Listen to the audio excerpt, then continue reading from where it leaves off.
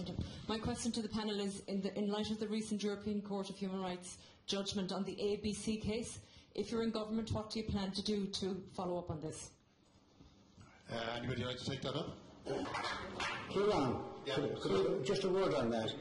The current position in Ireland under the Constitution, because of the X case, is that there is an exception. The exception is still alive.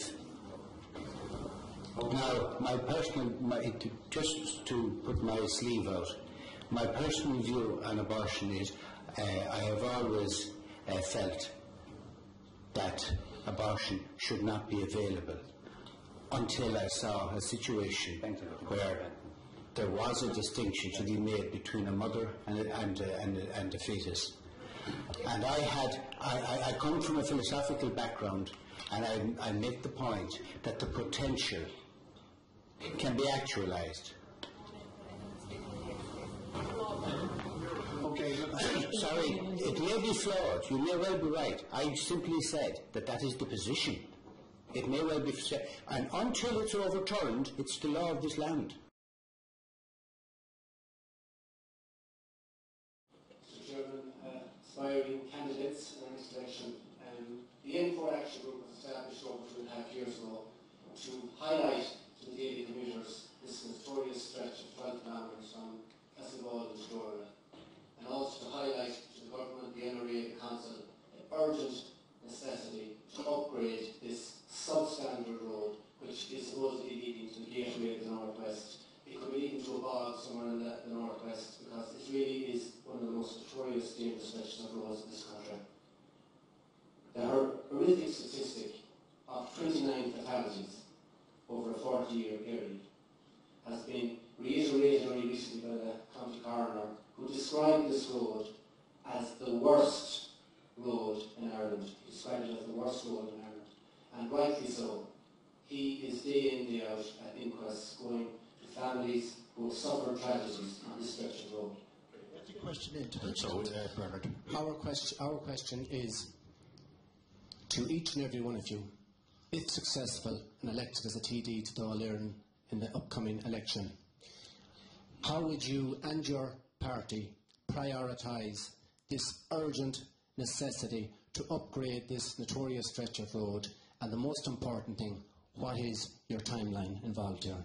Thank you. Back to our have you tried having the road closed by the Health and Safety Authority, who close a playground for a cracked chain?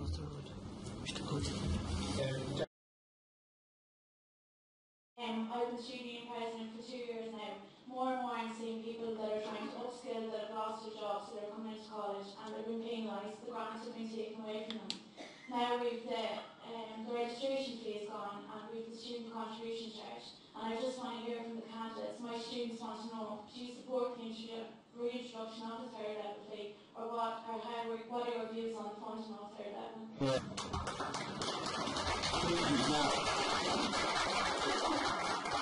There's two aspects to my answer, and I take this very, very seriously.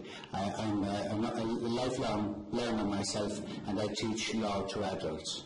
Now, there should be no barrier, good, bad or indifferent, to education. And it's not just a right, in this climate it's a necessity. Now, as far as I'm concerned, there should be no barrier, and that includes the registration fee, which I suffer from for three children. Now,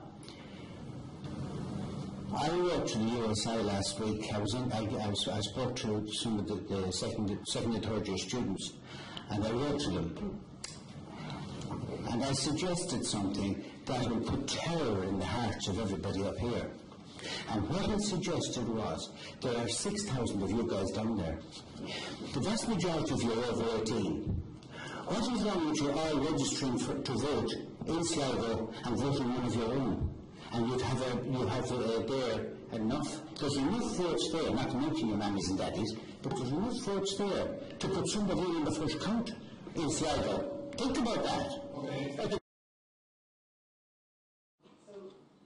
We, the management and staff of Sligo Airport, view Sligo Airport as providing a vital piece of local infrastructure for the region, and one which must be maintained.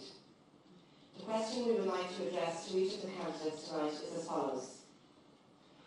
In the light of the recent flawed value for money report, which was commissioned by outgoing Minister for Transport, Mr Noel Dempsey TD, on which he based a decision to abolish the airline subvention for the Sligo to Dublin air route, and the report's recommendation to cease further government subvention to Sligo Airport, which ultimately threatens the existence of the airport.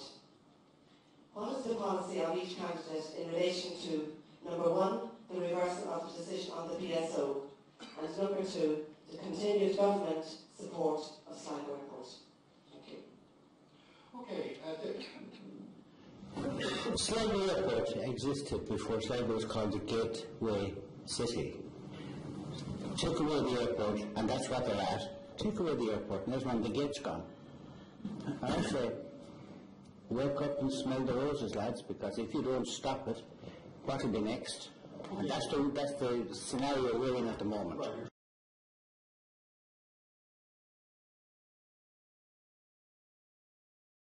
What went wrong?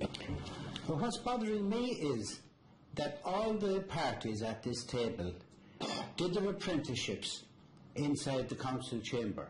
And what's the first thing we hear every year is the competition, the pact. Now, what the hell is that about? That is about, right lads, we'll support one another now for the expenses and such like, you know. Now, I didn't hear anybody talking about the Dáil chamber being decontaminated. And I think it needs decontamination. And in fact, some of the people in there are badly in need of consignment to the rubbish tip, because they have left us where we won't be able ever again in my lifetime, which is short. Are you talking about anybody in particular? Well, as it happens, my big worry is, Fianna Fáil did it this time. Who the hell is going to do it the next time? Do you think it won't happen? How are we going to supervise it?